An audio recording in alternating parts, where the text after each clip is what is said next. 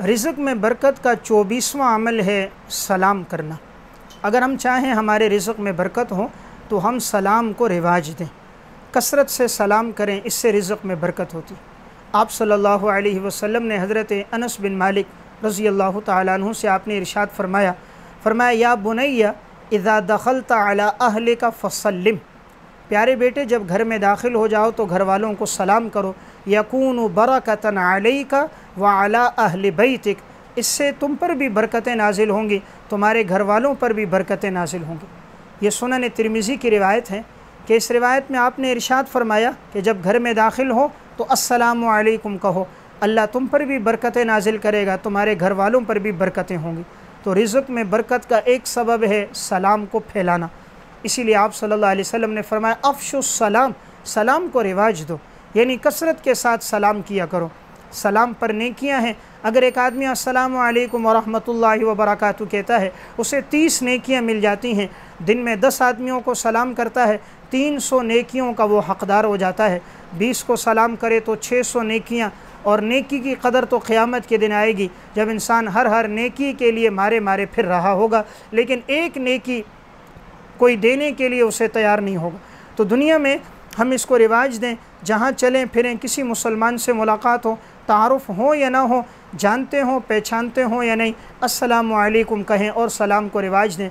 आज बड़े अफसोस की बात है, हमारे यहाँ देखा दही बहुत से गैरों के अल्फाज आ गए, सलाम का रिवाज ख़त्म हो गया। पहले कोई खिदमत करता था उसे कहते थे जज़ाकल्लाहु खैरन, कि अल्लाह तुझे बेहतरीन बदला दे। आज कहते हैं थैंक यू। आज उसे ये जुमला कहा जा रहा है, इसका कोई फ़ायदा नहीं, इसका कोई अजर व सवाब नुसूस में नहीं आया।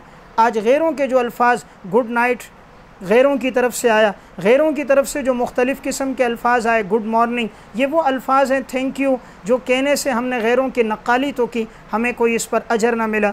जब मुसलमान काम शुरू करे बिस्मिल्लाहिर्रहमानिर्रहीम से, अल्लाह काम में बरकत डाले। किसी ने ताउन किया जज़ाकल्लाहु खैरन, कोई नेमत अल्लाह की खाई अल्हम्दुलिल्लाह, ताज्जुब वाली बात देखी सुबहान अल्लाह, चलते फिरते अल्लाहु अकबर। जब ये हम्द व सना ज़बान पे अल्लाह का तज़किरा होता है तो अल्लाह ताला अजर व सवाब देता है। तो ये सिर्फ जुमला नहीं है बल्कि बहुत बड़ी दुआ है। अस्सलामु अलैकुम व रहमतुल्लाहि व बरकातहू का मतलब अल्लाह की सलामतें तुम पे नाजिल हों, अल्लाह की रहमतें, अल्लाह की बरकतें नाजिल हों। और हर आदमी इन तीनों चीज़ों का मोहताज है, सलामती का भी मोहताज है, अल्लाह की रहमतों का भी मोहताज है, अल्लाह की बरकतों का भी मोहताज है। जज़ाकल्लाहु खैरन बेहतरीन जुमला, अल्लाह तुम्हें बेहतरीन बदला दे। थैंक यू का कोई मफ़हूम कोई नहीं है, उसमें कोई दुआइया जुमला नहीं। जब आपने कोई खिदमत की, किसी ने आपके हाथ से सामान लिया, जूते सीधे किए, कोई काम किया, इंसान ये जुमला कहता है अल्लाह बेहतरीन बदला दे, तो आपने फरमाया इसने हम्द व सना का हक़ अदा कर दिया। इसलिए रिज़्क़ में बरकत का एक ज़रिया सलाम को आम करना है। इंसान ये ना देखे कि वो अपने घर वालों को सलाम कर रहा है। बाज़ नादान कहते हैं जी मैं बीवी को सलाम करूं, अपने बच्चों को करूं, तो ये कोई गाली की बात तो नहीं है।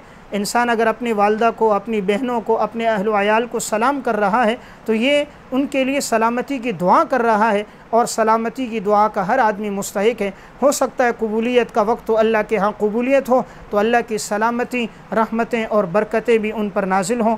तो रिज़्क़ में बरकत का एक ज़रिया सलाम को आम करना, और जब भी घर में दाखिल हों तो अस्सलामु अलैकुम व रहमतुल्लाह कहना।